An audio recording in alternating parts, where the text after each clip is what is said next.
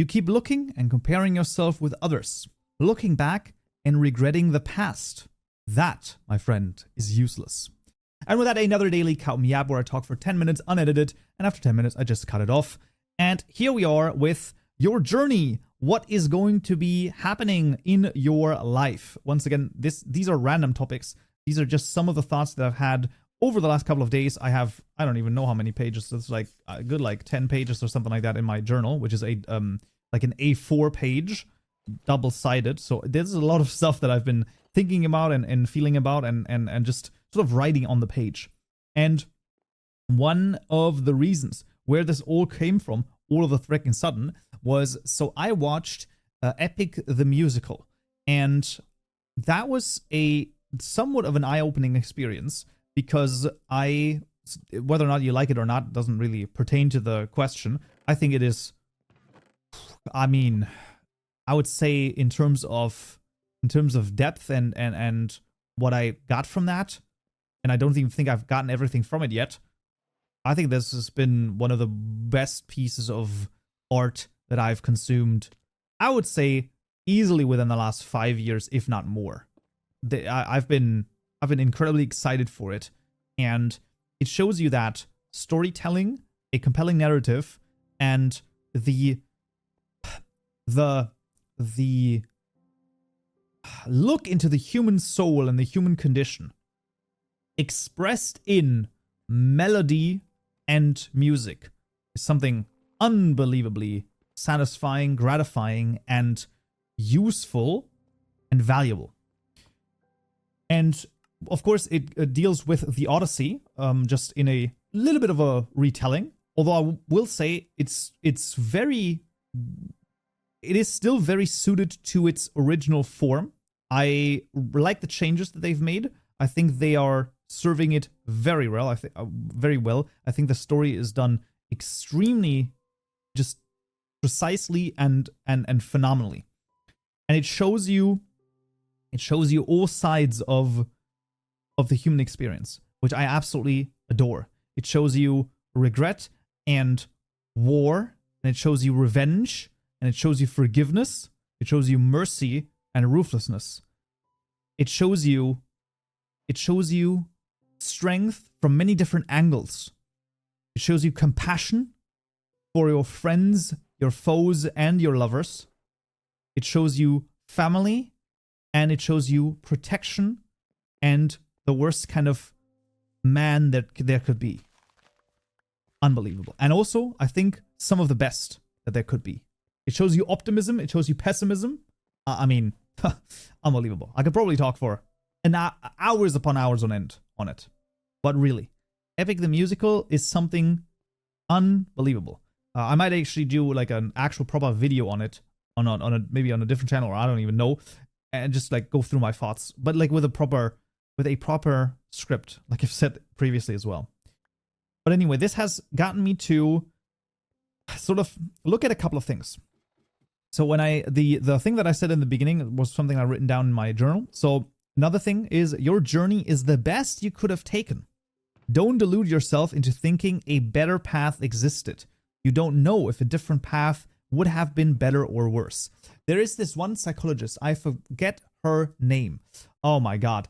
Happiness psychologist, as if I'm going to be able to, psychologist.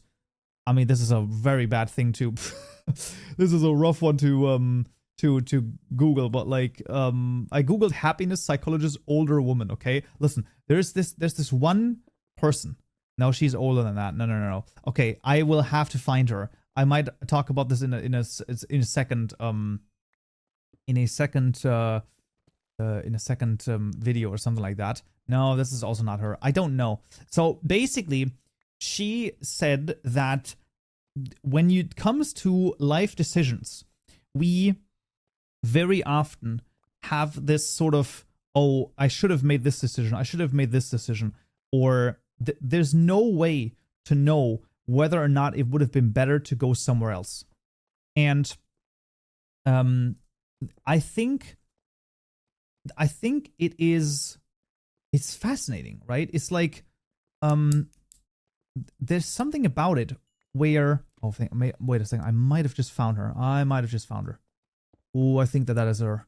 Yes! American professor Ellen Langer.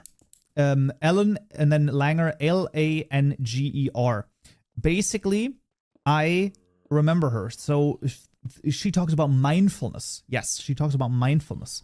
And one of the things that she talks about is that when you have a big decision and you look back, it almost doesn't matter what you do. Oh, do you go to Harvard or are you going to go to Yale? Okay, it doesn't matter. It doesn't matter. If you go to Harvard, you have a bad time, you then suppose that Yale would have been a good time. It could have been an even worse time. And that's one of the things that you have to think about, because it's a waste of time to think that a different path would have been a better path. No, it would have just been a different path. You don't know. You don't know. You don't know forward, but the funny thing is you also don't know backwards, because you suppose that because something has gone bad, it's like, oh, other thing would have been better. No, this is no dichotomy here, okay? This can be a trifecta or however many different things that could happen. So keep in mind that is a huge part of it, right? And then when you look forward to any of your paths, your path or your life, your journey is an epic tale, right? And an epic tale is always fraught with hardships and challenges. And it's one thing that you also can think about. It's like, if there were no challenges, how would you be able to become anything, right? So the one thing that I was always here is like, if there was no Hydra, if there was no lion, if there was no Cerberus, how would Heracles been strong? No, he wouldn't have been strong. He would have been like fat Thor, you know, living in his mother's basement, just playing video games, because there was no challenge.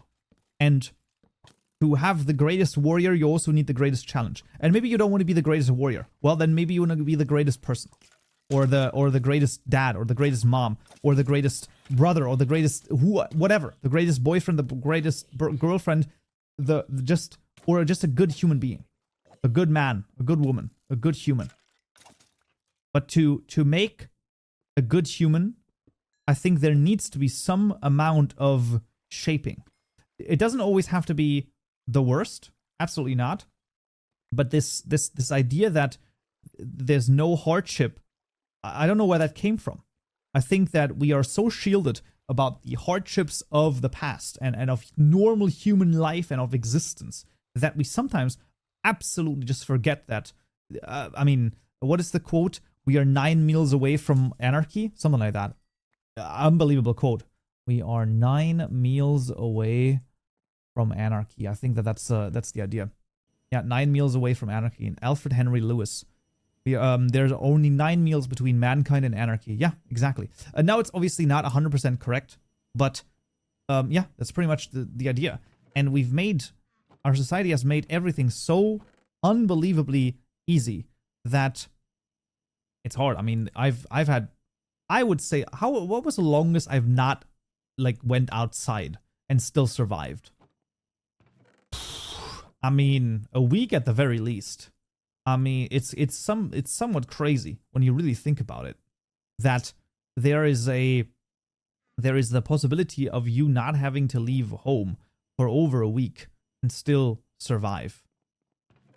Strange. It's very strange. So I don't know. I don't know how we could reintroduce back into our lives some amount of hardship, because hardship's going to come one way or the other. Challenge is going to come one way or the other. There is no way around that, right? A storm is coming.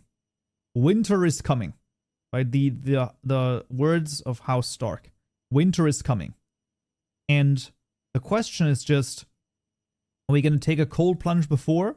Now, this is a metaphorical cold plunge. You don't actually have to necessarily do a cold plunge, although it might help. But in introducing voluntary challenges might be a good idea. So maybe you want to think about that.